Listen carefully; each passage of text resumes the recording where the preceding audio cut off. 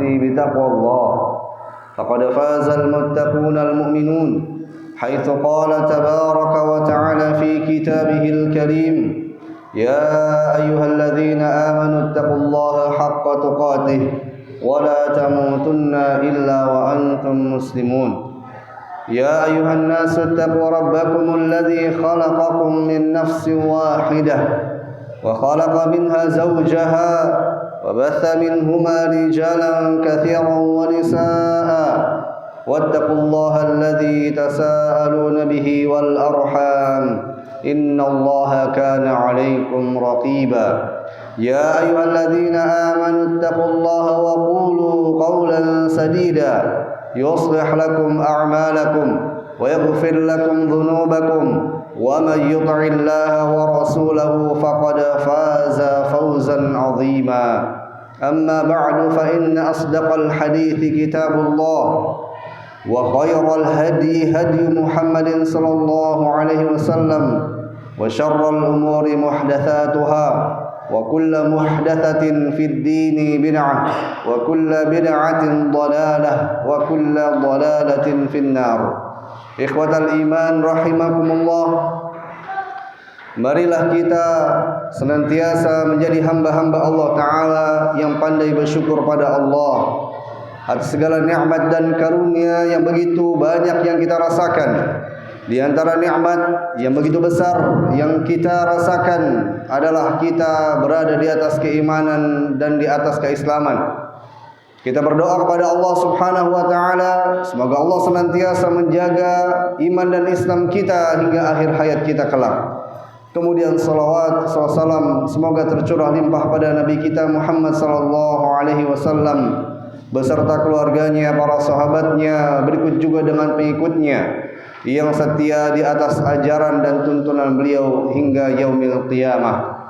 Al-Khatib berwasiat kepada diri khatib pribadi dan kaum muslimin untuk senantiasa menjaga ketakwaan kita kepada Allah Subhanahu wa taala dengan sebenar-benarnya takwa, dengan senantiasa menjunjung tinggi aturan-aturan Allah taala dan senantiasa menjauhi seluruh larangan-larangan Allah Subhanahu wa taala dan senantiasa menjaga tauhid kepada Allah taala dan menjauhi perbuatan syirik menyekutukan Allah Subhanahu wa taala. Ikhwatal iman rahimakumullah, Allah Subhanahu wa taala berfirman di dalam surah Al-Baqarah ayat 189, yas'alunaka 'anil ahillah. Mereka bertanya kepada engkau wahai Rasulullah tentang bulan sabit. Maka Allah berfirman, qul katakan hiya mawaqitu lin-nasi wal hajj. Bahwasanya bulan sabit atau bulan baru merupakan penunjuk waktu bagi manusia dan juga penunjuk waktu ibadah haji. Maksudnya bahwa bulan sabit atau masuknya bulan-bulan baru menunjukkan bertambahnya masa dan menunjukkan ibadah apa yang senantiasa diperhatikan oleh seorang hamba.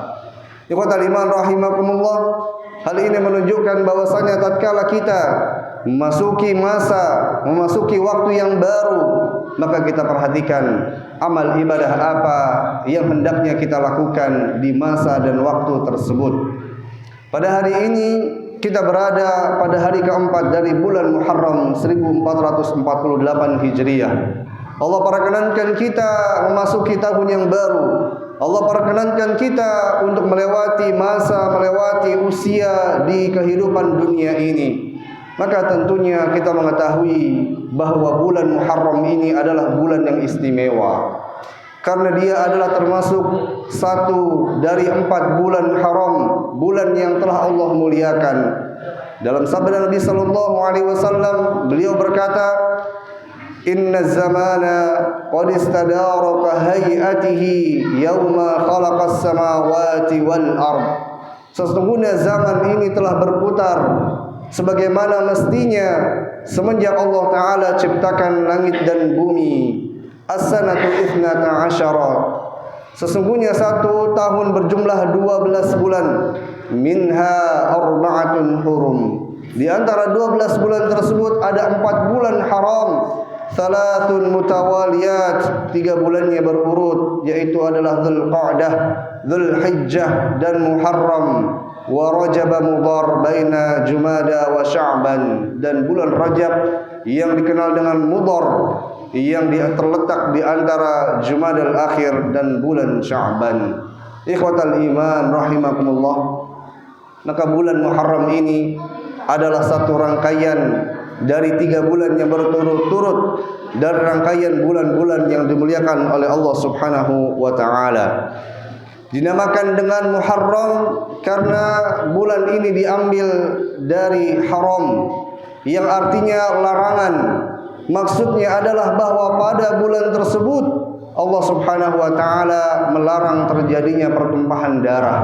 Dan ini juga telah diyakini oleh orang-orang kafir Quraisy, orang-orang yang ada pada masa jahiliyah. Mereka mengetahui bahwa pada bulan Muharram terlarang untuk melakukan pertumpahan darah. Dan juga Allah Subhanahu wa taala menamakan bulan Muharram ini dengan Syahrullah, dengan bulannya Allah taala. Allah Subhanahu wa taala jadikan bulan ini disandarkan kepada nama Allah taala yang agung yang mulia sebagai bentuk pengagungan dari bulan tersebut. Nabi SAW pernah ditanya oleh sebagian sahabatnya, ayu salati afdalu ba'da salatil maktubah? Apa salat yang paling utama setelah salat wajib? Wa ayu siyami afdalu ba'da syahri Ramadan? Dan puasa apa yang paling baik, yang paling utama setelah puasa di bulan Ramadan? Nabi SAW menjawab, afdalus salati ba'da salatil maktubati as-salatu fi jawfil lail. Bahwa salat yang paling utama setelah salat wajib yaitu adalah salat di sepertiga akhir malam atau salat tahajud. Wa afdalus siyami ba'da syahri Ramadan, dan puasa yang paling utama setelah puasa Ramadan, kata Nabi SAW, siyamu syahrillahil muharram, yaitu adalah berpuasa pada bulannya Allah, yaitu bulan Muharram. Pada hadis ini kita dapat mengetahui bahwa yang menyebutkan bahwa bulan ini adalah bulannya Allah adalah Nabi SAW yang berkata tanpa hawa nafsu, yang merupakan wahyu dari Allah Subhanahu wa taala. Dan pada hadis tersebut dapat kita ketahui juga bahwa ternyata di bulan Muharram ini amalan ibadah yang dapat kita fokuskan yaitu memperbanyak puasa-puasa sunnah.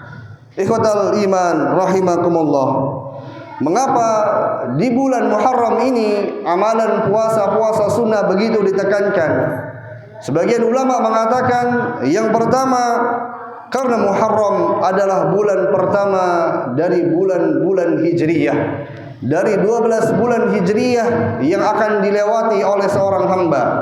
Maka tatkala dia memasuki awal dari rangkaian bulan-bulan tersebut, dari tahun tersebut, maka dia mengawalinya dengan ibadah puasa. Sebagaimana seseorang ketika memasuki pagi hari, dia mengawalinya dengan zikir yang diharapkan agar sisa harinya nanti sampai sore dia akan mendapatkan penjagaan dan mendapatkan kebaikan dari zikir yang telah dia lakukan.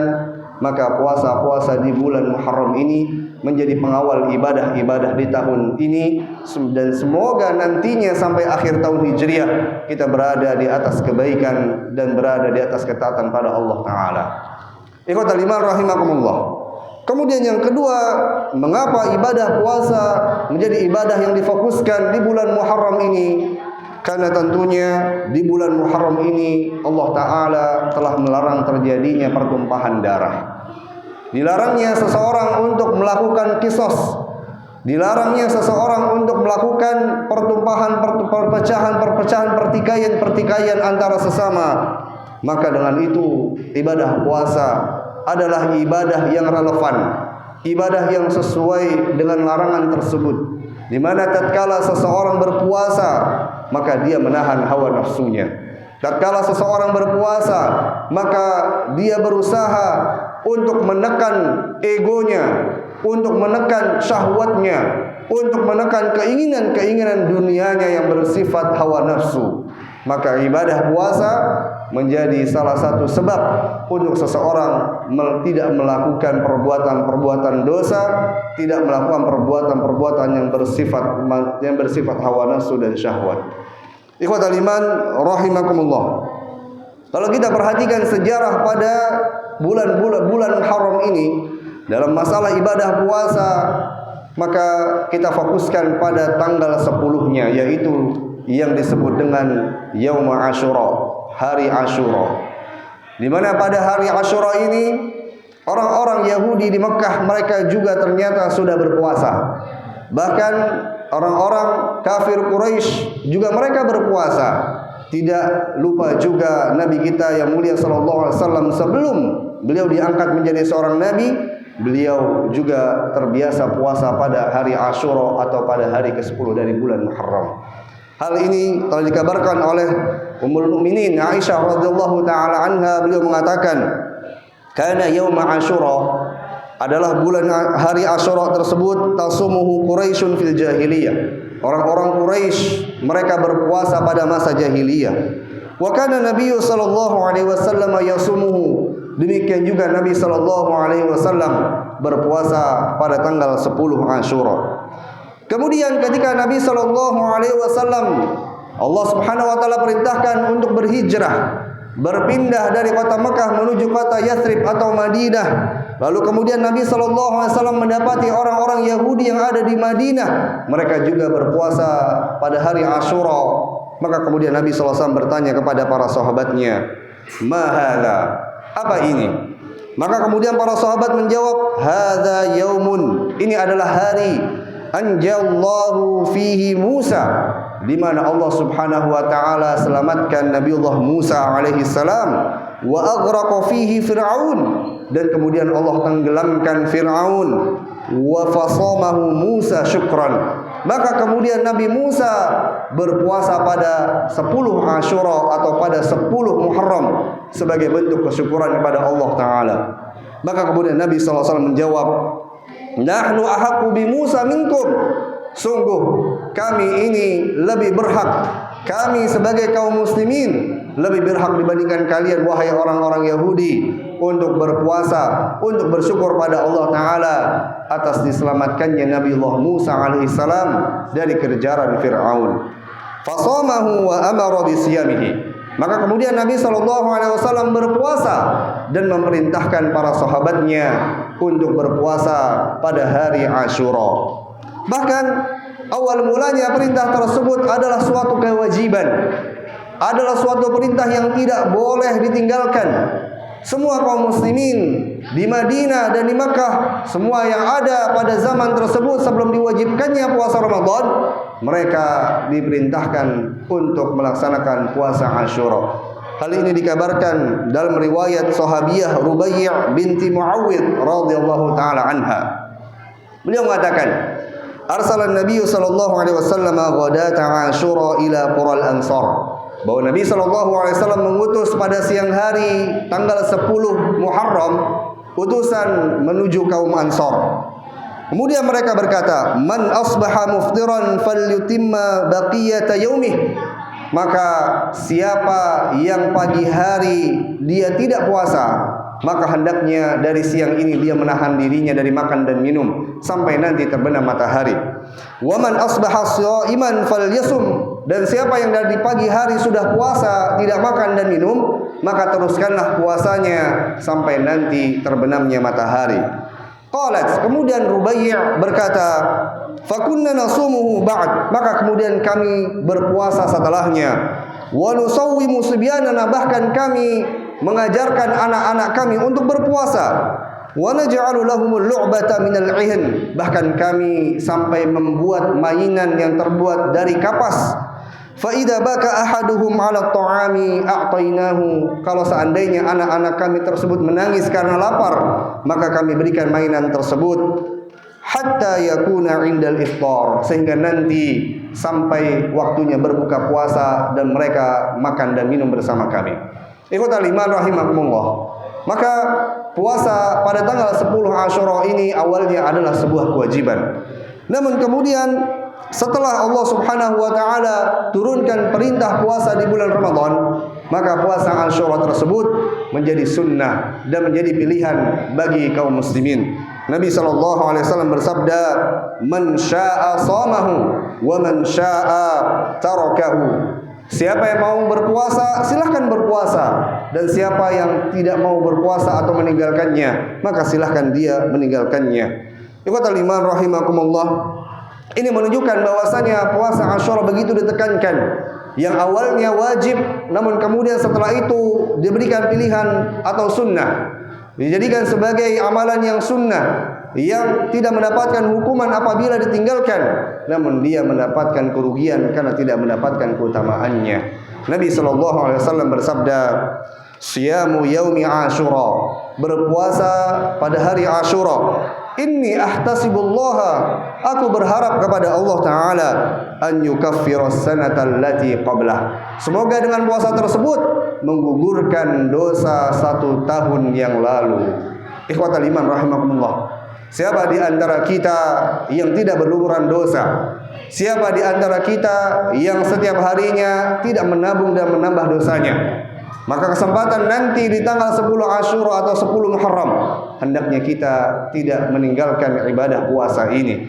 Bahkan ketika Nabi SAW berpuasa Asyura, kemudian memerintahkan para sahabatnya juga berpuasa, para sahabat Nabi SAW berkata kepada Nabi SAW, "Ya Rasulullah, wahai Rasulullah, innahu yaumun tu'azzimuhu al-yahud wa nasara," bahwa 10 Muharram ini adalah hari di mana diagungkan oleh orang-orang Yahudi dan orang-orang Nasrani. Maka Rasulullah SAW bersabda, "Fa idza kana al-'amul muqbil," seandainya aku diberikan usia di tahun depan, maka insyaallah taala sumnal yaumat tasi', maka kami akan berpuasa pada hari ke-9-nya. Qala, maka kemudian Ibnu Abbas radhiyallahu taala anhu yang meriwayatkan hadis ini berkata, "Falam ya'til 'amul muqbilu hatta tuwfiya Rasulullah sallallahu alaihi wasallam."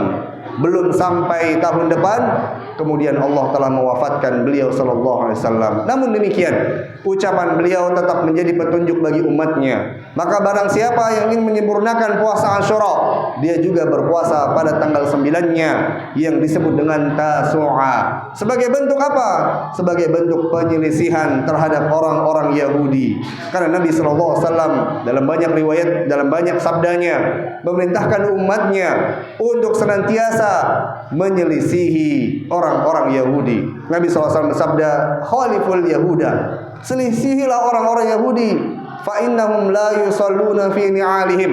Mereka itu kalau salat tidak pernah menggunakan alas kaki. Di mana menggunakan alas kaki saat salat adalah salah satu sunnah Nabi SAW dengan persyaratannya. Ikhwatal iman rahimakumullah.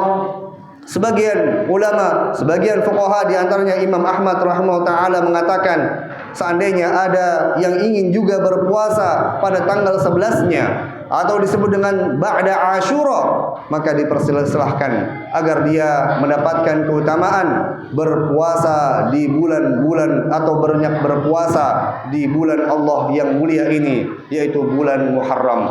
Semoga Allah Subhanahu wa taala memudahkan kita untuk melakukan ibadah pada masa-masa Allah di mana berikan kita waktu yang istimewa.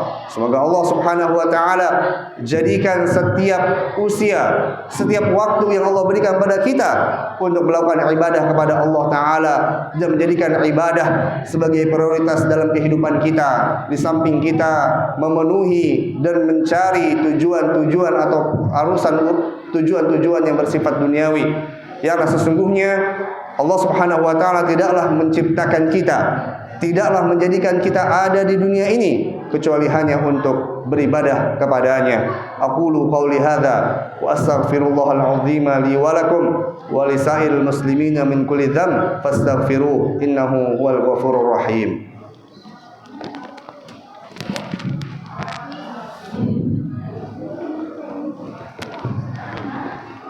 Alhamdulillahi azimul ihsan wasi'ul fadli wal judi wal imtinan wa asyhadu an la ilaha illallah wahdahu la syarika lah wa asyhadu anna Muhammadan abduhu wa rasuluh sallallahu alaihi wa ala alihi wa sahbihi wa sallama tasliman katsira. Faya ibadallah, usikum wa nafsi bitaqwallah.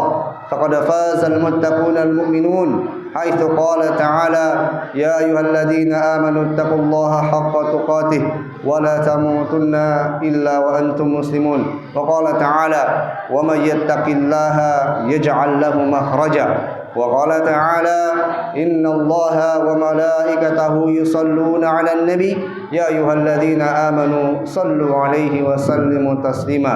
وقال النبي صلى الله عليه وسلم من صلى عليه صلاة صلى الله عليه بها عشرا. اللهم صل على محمد وعلى آل محمد كما صليت على إبراهيم وعلى إبراهيم إنك حميد مجيد.